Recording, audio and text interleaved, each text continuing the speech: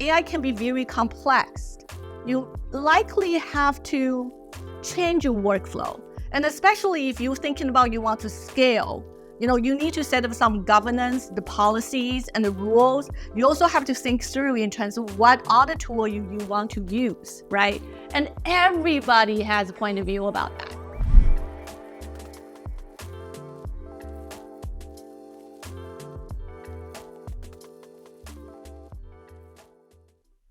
Hello, welcome to Capterra's Guest Network series, where we talk to leading business influencers about how to work smarter by using the right software.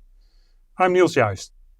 It's a great time to refresh your social media marketing strategy, especially now that time-saving tech like generative AI is so accessible. We'll show you how in our chat with Pam Dittner. She's a marketing thought leader, author, and keynote speaker. Hey, Pam. Thank you so much for having me, Niels. It's wonderful to be here. It's wonderful to have you. So, Pam, tell us about some of the common use cases you're seeing in GenAI on social. If you think about social specifically, especially a social media post, right? There's several components associated with the post. There is a copy, there's an image, and there's a syndication platform. Literally, AI can help you on all these three components. AI can be used for copywriting. AI can be used to create your image.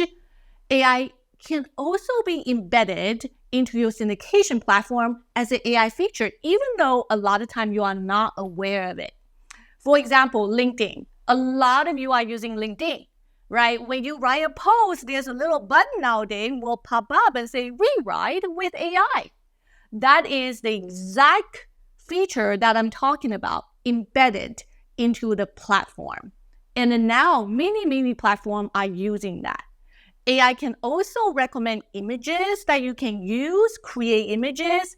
And on the application, it can also show you the optimal time to post.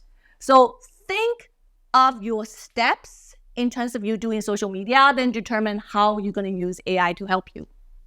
Right.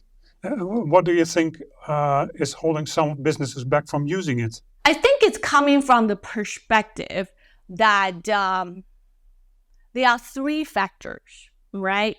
And most of the time, any kind of businesses are not using any technology. It has a lot to do with three elements: risks, liabilities, and unknowns. So you have to think through in terms of, or the business sometimes will think, oh, if I'm using AI, am I violating the IP? I don't know where the information is coming from. Will that pose any kind of financial risks for me? Will that cause any kind of financial liabilities for me? So that is where businesses are coming from if they are not using AI or any technologies. And another factor is you don't know what you don't know. If they don't know AI well, they don't know how to access that technology. So these are some of the high-level reasons, if you will, that is like kind of pull the business back, not using AI. What do you tell those businesses that have some doubts about using generative AI for social media marketing? That's actually a great question. I always tell people to try it, right? So you started with either a little project or started with a new tool. The best way to use AI, or the most common way of using it, a lot of time is about content writing. Right. So can you pick up a tool, or can you use your current social media platform, AI feature, just try and test it. Start somewhere. Take the baby steps. In our latest Capterra survey of marketers who use generative AI for social media, 83% say it performs as good or even better than posts created by humans. I have two questions about that. The first one is, why do you think generative AI would perform better than humans for creating social media posts? I am not sure generative AI performs better than human. It depends on how you use it, and also depends on the companies as well. And I know that in some companies, when they actually use a generative AI for, say, their copywriting, and they do the A/B testing, it didn't perform as well as the human one. I also know, for example, that they are companies that are using generative AI to write copywriting and they get the better results sometimes. So I think, any companies or any marketing manager, you should make an effort to try and then monitor the results and then draw your own conclusion and see if the AI is actually helping you or not. So it's not necessarily, I would say, it's 100% helpful. It really depends on how you write your prompts and also depends on how you use it. And how do you think that will change the social media specialist role? That's a great question. It actually not just for social media specialists, it actually changed all our roles to some extent. It changes even my role working with my clients. It changed, email marketers' role, even changed the video producer's role sometimes, right? And the way I always tell the people, the marketing professionals I coach, is you should dissect your jobs. Okay, a lot of time, we all have a job that we are doing. We take the full responsibility. We know exactly what needs to be done. But the key is, can you dissect your job to determine what part of it can be done by AI and what part of it is actually you? And there are some repetitive tasks that can be done by AI. Don't be shy. Delegate that to them. But there are some strategic role, something that requires you, only you can do it because you have the product knowledge, you have expertise, you also know about your company's politics, right? So what are the things that you should do that AI can't? Dissect your job and then be very transparent, educate your management about it. Say this part of job that can be done by AI, but this part of job, you know what? You're still counting on me, right? Let them know. It's very important to let them know. So they are not blindsided and basically say, oh, you know what? All the social media can be done by AI. Therefore, your job is eliminated. That's not true. And that's up to you to educate your management. So the job will change. And knowing that, what AI-related skills should viewers look for when they're trying to, or when they're hiring for social media marketers? That's actually a great question. I think a lot of people are starting to look into what are kind of AI skill set like a future marketing professional should possess.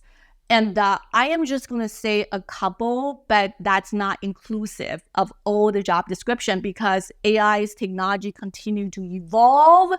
There's probably additional skill set that we need to acquire in the future. But at a minimal level, the ability to write effective prompts, ability to know how to use AI for copywriting, image creation, and also use AI features fluently, if you will, on any social media syndication platform that you use.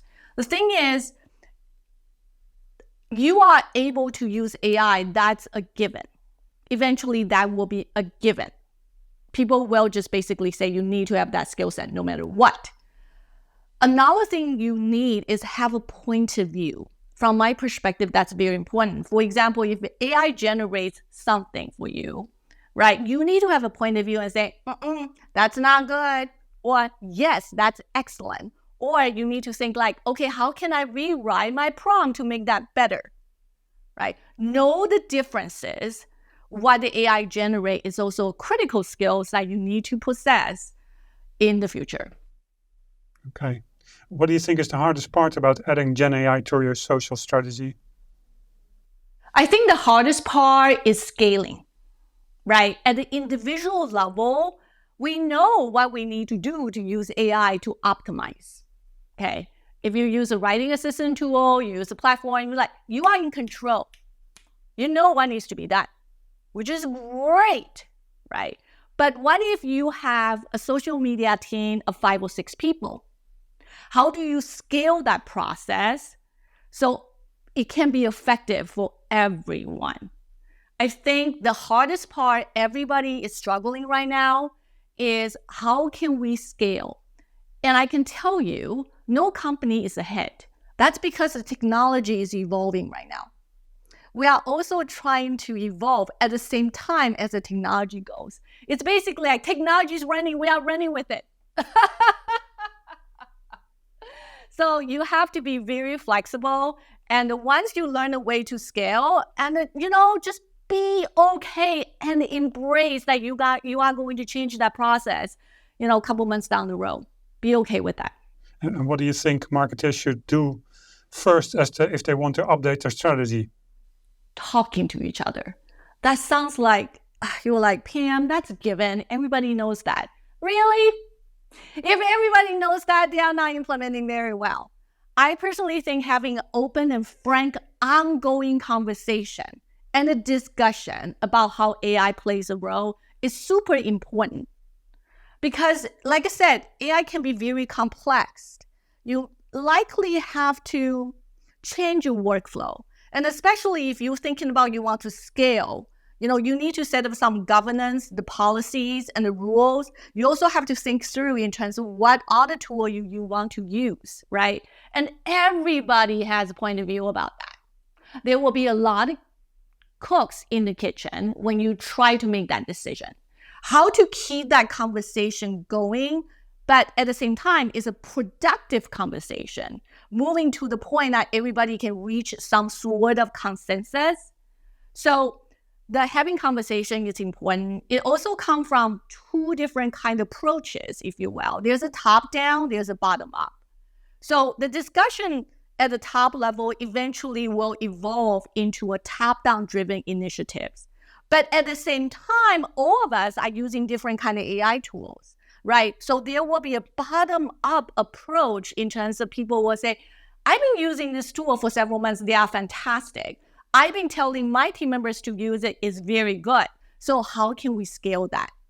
Top down, bottom up, and the very frank, open, ongoing conversations. Right. Thank you very much for your insights, Pam. Anytime. And thank you for watching. You can check out more of these interviews on our YouTube channel, so please like and subscribe. You can also follow us on LinkedIn and X. See you next time.